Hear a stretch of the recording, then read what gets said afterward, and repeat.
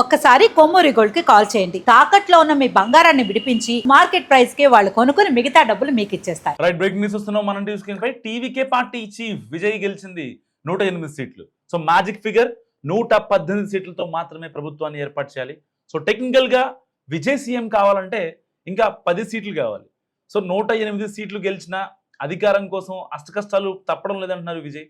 So అయితే త్రిషతో serious గా మంత్రాలు అయితే కొనసాగిస్తున్నారు విజయ్ ఇంటి దగ్గర. సో ఇక్కడ పాసిబిలిటీస్ మనం ఒకసారి గమనించుకుంటే డిఎంకే అన్నా డిఎంకేతో విజయ్ పొత్తు పెట్టుకోడు. సో 5 సీట్లు గెలిచిన కాంగ్రెస్తో విజయ్ డీల్ పెట్టుకోవాలి. లేదంటే డిఎంకే అన్నా డిఎంకే నుంచి గెలిచిన అభ్యర్థులు బయటకు వచ్చి టీవీకే కండువ కప్పుకోవాలి. సో ఫైనల్ గా ఏ పార్టీతో పొత్తు పెట్టుకోవాలో అర్థం కావట్లేదు అంటున్నాయి టీవీకే వర్గాలు. సో ఇప్పటికే విజయ్కి రాహుల్ ఇటు అమిత్ షా ఫోన్లు చేశారు. బట్ ఎవరికి కూడా ఎలాంటి హామీ ఇవ్వలేదు విజయ్. తమిళనాడులో 108 సీట్లతో అతిపెద్ద పార్టీగా టీవీకి అవతరించింది. మరి ఇలాంటి నేపథ్యంలో అసలు ఏం జరగబోతుంది అనేది చాలా సస్పెన్స్ గా మారింది. ఇప్పటిదాకా వెస్ట్ బెంగాల్ కావచ్చు, కేరళ కావచ్చు, పుదుచ్చేరి, యానాం ఇలాంటి ఎలక్షన్స్ మనం చూసాం. సో గతంలో 2024లో ఏపీ ఎలక్షన్స్ చూసాం అండ్ 2023లో తెలంగాణ ఎలక్షన్స్ చూసాం. సో ఇంత చూసినా సరే ఒక తమిళనాడు ఎలక్షన్స్ అనేది నిజంగా తమిళనాడు చరిత్రలోనే, దేశ చరిత్రలోనే ఒక రాజకీయ పార్టీకి చెందినటువంటి వ్యక్తి దట్టు సినిమా ఫీల్డ్ నుంచి వచ్చి అనతి కాలంలోనే చాలా తక్కువ టైంలో ఇంత పాపులారిటీ ప్రజల్లో ఒక నమ్మకాన్ని చురగలిగిన వ్యక్తి నిజంగా విజయ్ అని చెప్పడంలో ఏమాత్రం సందేహం లేదు. కానీ ఇప్పటిదాకా చాలా మంది విజయ్ గెలవడు అని చెప్పారు. కేవలం 10 సీట్లు మాత్రమే వస్తాయి, 15 సీట్లు మాత్రమే వస్తాయని చెప్పారు.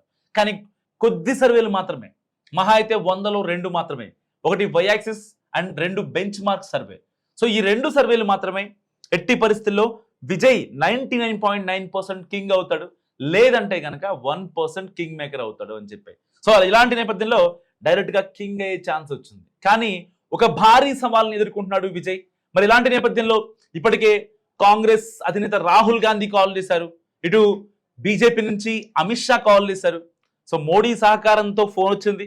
సో ఎట్టి పరిస్థితుల్లో బీజేపీతో పొత్తు పెట్టుకోవాలని, ఇటు కాంగ్రెస్ తో పొత్తు పెట్టుకోవాలని రాహుల్ గాంధీ ప్రెజర్ చేస్తున్నారు. ఇక్కడ ఎవరికి కూడా, ఎందుకంటే భావాజాలాల పరంగా బీజేపీకి టీవీకి అనేది అత్యంత విరుద్ధమైన పార్టీ. సో వీళ్ళ అంటే టీవీకే చీఫ్ విజయ్ ఇప్పటిదాకా జరిగిన బహిరంగ సభల్లో కావచ్చు, కార్యక్రమాల్లో కావచ్చు, ఎక్కడైనా సరే బీజేపీని ఒక మతపరమైన పార్టీ, మత ఛాందస్సం కలిగిన పార్టీగానే గుర్తించారు తప్ప ఏ రోజు అంటే సెంట్రల్ గవర్నమెంట్లోని సంబంధించినటువంటి ఈడీ, సిబిఐ ఇలాంటి వాటిని పెట్టుకొని ప్రజల్ని వేధిస్తారు, రాజకీయ నాయకుల్ని వేధిస్తారు, వాళ్ళ మాట వినని వాళ్ళని వేధిస్తారంటూ ఆరోపణలు గుప్పించారు బీజేపీ ప్రజల్లో. సో అది ప్రజల్లోకి చాలా బలంగా వెళ్ళింది.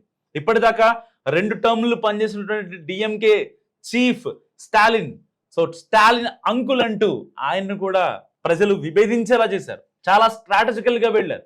సో గ్రౌండ్ లోకి అయితే రైతులకి, ఇటు విద్యార్థులకి హామీలు ఇచ్చారో, సో ఇప్పుడు ఆ హామీలన్నింటినీ నిలబెట్టుకోవాలి అంటే ఇప్పుడు రాబోయే 10 సీట్లు, రాబోయే అధికారం చాలా కీలకం విజయ్కి.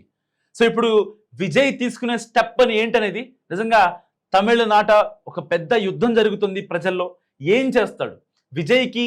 భారీగా ఓట్ షేర్ వచ్చింది. తమిళనాడులో అతిపెద్ద పార్టీగా టీవీకి అవతరించింది.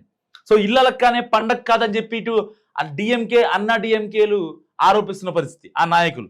సో ఇలాంటి నేపథ్యంలో విజయ్ వాళ్ళ డాడీ బయటకు వచ్చి ఏ పార్టీతో మేము పొత్తు పెట్టుకోమని చెప్తున్నారు. ఇప్పటికే విజయ్ కూడా ఈ అన్నా డిఎంకే, ఈ డిఎంకే నేతలను ఎట్టి పరిస్థితుల్లో తీసుకోము అని చెప్పారు. ఒకవేళ వీళ్ళు వద్దనుకున్నా వాళ్ళు పార్టీకి రిజైన్ చేసో, లేదంటే పార్టీ మారతానంటే ప్రలోభాలకి లాస్ట్ మినిట్లో జరిగితే గనక నిజంగా ఆ ఎమ్మెల్యేలు వచ్చే అవకాశం ఉంది. సో టెక్నికల్ గా మనం కొన్ని విషయాలు మాట్లాడుకుంటే ఆ డిఎంకే, అన్నా డిఎంకే, ఇటు కాంగ్రెస్ అయినా, సో వాళ్ళు ఎమ్మెల్యే గెలిచారంటే వాళ్ళ ఇల్లు, వాకిళ్ళు, ఇంట్లో ఆడవాళ్ళ బంగారాలు ఇవన్నీ అమ్మేసి ఉంటారు. సో ఇప్పుడు ఆ డబ్బును మళ్ళీ సంపాదించుకోవాలంటే ప్రతిపక్షంగా ఉండి ఎలాంటి ఇది చేయలేము. వచ్చే శాలరీలు, వచ్చే అలవెన్సెస్తో ఒక ఎమ్మెల్యే సస్టైన్ కావాలంటే నిజంగా వాళ్ళకి ఇంకా ఎక్కువ ఆస్తులు ఉంటే ఇబ్బంది ఏం లేదు. కానీ ఒకవేళ కనుక వాళ్ళు సస్టైన్ అవ్వాలి అంటే వాళ్ళు అధికార పక్షంలో ఉండాలి. ఏదైనా కాంట్రాక్ట్ విషయంలో కావచ్చు, లేదంటే బిజినెస్ల పరంగా కావచ్చు, లేదు అంటే ఒక పదవి పరంగానే లాక్కునే అవకాశం ఉంది. కానీ టీవీకే చీఫ్ విజయ్ అలాంటి ఏమీ చెయ్యలేదు, చెయ్యబోమని చెప్తున్నారు. సో ఇప్పటికే హీరోయిన్ త్రిషతో ఆయన టీవీకే పాటించి విజయ్ మంతనాలు జరుపుతున్నారు విజయ్ ఇంట్లో. సో ఎవరెవరితో కాంటాక్ట్ అవ్వాలి, ఇప్పటికే రాహుల్, అమిత్ షా ఎవరికి కూడా ప్రాపర్గా రెస్పాండ్ అవ్వలేదు, ఎవరికి హామీ ఇవ్వలేదు. సో సూచనప్రాయంగా వాళ్ళు కాంగ్రాట్స్ చెప్పారు, సో థ్యాంక్స్ అని చెప్పి ఈయన కూడా ఒక మాట వేశాడు. అక్కడ దాకే ఉంది. కానీ అసలు ఏం జరగబోతుంది తమిళనాడు పాలిటిక్స్లో అనేది చాలా ఉత్కంఠగా మారింది. సో మీరేమనుకుంటున్నారు? ఇప్పుడు కాంగ్రెస్తో కలుస్తాడా? కాంగ్రెస్తో కలిసి 5 సీట్లను తీసుకొని మరి ఎవరితో కలిసే ఛాన్స్ ఉంది? డిఎంకే, అన్నా డిఎంకే వాళ్ళతో కలిస్తే ఇప్పుడు పార్టీ భావాజాల పరంగా మార్పులు వచ్చే అవకాశం ఉంటుంది. ఒకవేళ ఈ సిపిఎం, సిపిఐ, ఇటు కాంగ్రెస్ ఇంకా ఇలాంటి పార్టీలతో కలిస్తే వాళ్ళు కూడా మళ్ళీ ప్రజల్ని యాక్సెప్ట్ చేస్తారా లేదా అనే టెన్షన్. ఎందుకంటే ఒక పెద్ద రాజకీయ పార్టీగా టీవీకే ఇవాళ అవతరించింది. మరి ఇలాంటి నేపథ్యంలో 108 సీట్లు గెలుచుకొని సింగిల్ లార్జెస్ట్ పార్టీగా అవతరించింది. సో మెజారిటీ కావాల్సినట్టయితే 118 సీట్లు కావాలి. మరి అలయన్స్ చర్చలు ఇప్పుడు ఇలాంటి సమయంలో ఎవరితో కలవాలనేవి ముమ్మరమయ్యాయి. సో గెలిచిన ఎమ్మెల్యేలతో ఇప్పటికే మమల్లాపూర్లో విజయ్ కీలక సమావేశం జరిపారు. ద్రవిడ పార్టీలైన డిఎంకే, అన్నా డిఎంకే కాకుండా ఇతర చిన్న పార్టీల మధ్యతో ప్రభుత్వం ఏర్పాటు చేసే అవకాశాలు చాలా గట్టిగా కనిపిస్తున్నాయి. సో చాలామంది ఈ యొక్క టీవీకే పార్టీ చీఫ్ విజయ్తో కలిసి పనిచేయడం కోసం చాలామంది ఎమ్మెల్యేలు, ఇటు పార్టీల అధినేతలు కూడా సముఖంగా చూపిస్తున్నారు. ఎందుకంటే డిఎంకే పార్టీ చీఫ్ స్టాలిన్ కూడా 8,000 ఓట్లతో ఓడిపోయారు. ఇలాంటి నేపథ్యంలో ఒక రాజే బలహీనపడితే సైన్యం చిన్నాభిన్నం అయిపోద్ది. సో ఇప్పుడు డిఎంకే నుంచి ఎంతమంది బయటకు వస్తారు? మరి ఆ డిఎంకే గెలిచినటువంటి ఎమ్మెల్యేలని స్టాలిన్ కాపాడుకోవడంలో మరి ఎంత సఫలీకృతం అవుతారనేది ఇక్కడ చాలా హాట్ టాపిక్గా మారింది. సో ఇప్పటికే డిఎంకే కూటమి సుమారు 73 సీట్లు, అన్నా డిఎంకే కూటమి 53 సీట్లు సాధించింది. సో ఇది స్పష్టమైన హంగ్ అసెంబ్లీ పరిస్థితి ఒక రకంగా చెప్పాలంటే. సో విజయ్ పార్టీ ఎన్నికల్లో ఒంటరిగా పోటీ చేసి అద్భుత ఫలితం వచ్చిందని చెప్పాలి. యువత, మహిళలు, మధ్యతరగతి ఓటర్ల నుంచి భారీ మద్దతు లభించింది. సో మల్లాపూర్లో జరిగిన ఏదైతే విజయ్ పార్టీ సమావేశంలో 108 మంది ఎమ్మెల్యేలు పాల్గొన్నారు. విజయ్ వాళ్ళతో ఒక్కొక్కరితో వ్యక్తిగతంగా మాట్లాడి తదుపరి వ్యూహాలపై ఒక్కొక్క ఎమ్మెల్యే దగ్గర నుంచి ఫీడ్బ్యాక్ కావచ్చు, వాళ్ళ యొక్క సజెషన్స్ కావచ్చు తీసుకున్నారు. అండ్ ఎమ్మెల్యేలను ఏకతాటి మీద తీసుకురావడం, పొత్తు ఎంపికలు, ప్రభుత్వ ఏర్పాటు వ్యూహం ప్రధాన అజెండాగా ఉంది ఈ సమావేశం. సో ఈ సమావేశం ద్వారా టీవీకే బలమైన సందేశం ఇవ్వాలని చూస్తోంది. రాజకీయ స్థిరత్వం, అభివృద్ధి, ప్రజా సమస్యల పరిష్కారంపై దృష్టి సారించాలని విజయ్ భావిస్తున్నారట. సో ఇప్పటికే కాంగ్రెస్కి 5 సీట్లు వచ్చాయి. సో రాహుల్ గాంధీ నుంచి పాజిటివ్ స్పందన కూడా వచ్చింది. టీవీకేతో పొత్తు కుదరడానికి చాలా ఎక్కువ అవకాశాలు ఉన్నాయి, 99.9%. ఎందుకంటే గతంలో రాహుల్ గాంధీ చేసిన జోడో యాత్రలో కూడా so TVK party chief Vijay అప్పుడు ఆయనతో పాటు మమేకమయ్యారు, ఆయనతో కలిసి నడిచారు, మాట్లాడారు, కస్సుకాలు పాలు పంచుకున్నారు. సో అప్పటి నుంచి ఒక ఫ్రెండ్షిప్ అయితే ఇద్దరి మధ్య మెయింటైన్ అవుతూ వస్తుంది. ఈవెన్గా రీసెంట్గా అయితే పార్టీల పొత్తుల పరంగా కూడా వీళ్ళు అంత పెద్దగా కనెక్ట్ అవ్వలేదు. ఎందుకంటే రిజల్ట్స్ తర్వాత మాట్లాడుకుందాంలే అని చెప్పి వీళ్ళు అప్పుడు స్కిప్ చేసిన పరిస్థితి. మరి ఇలాంటి నేపథ్యంలో పిఎంకేకి 4 సీట్లు, సిపిఐ 2 సీట్లు, సిపిఎం 2 సీట్లు, ఐయుఎంఎల్ 2 సీట్లు, అండ్ బీసీకే 2 సీట్లు, డిఎండికే 2 సీట్లు.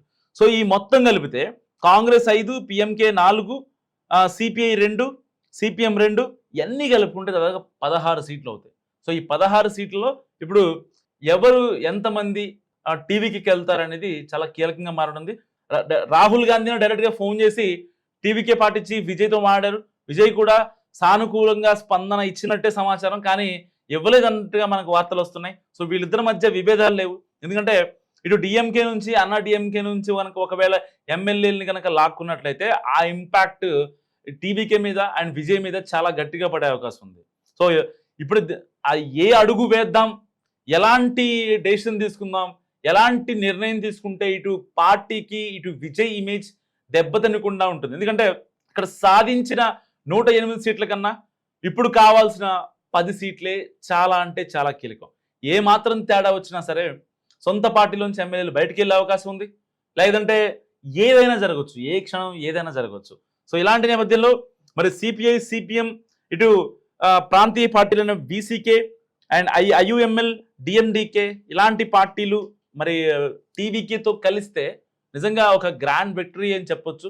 అప్పట్లో ఎంజీఆర్, ఎన్టీఆర్ వాళ్ళ తర్వాత ఈ యొక్క విజయ్ అని చెప్పడంలో ఏమాత్రం సందేహం లేదు. మరి మీరేమనుకుంటున్నారు, విజయ్ ఎవరితో కలిస్తే బాగుంటుంది? డిఎంకే, డిఎంకే నుంచి బయటకు వచ్చిన ఎమ్మెల్యేలతో ప్రభుత్వాన్ని ఫామ్ చేస్తే బాగుంటుందా?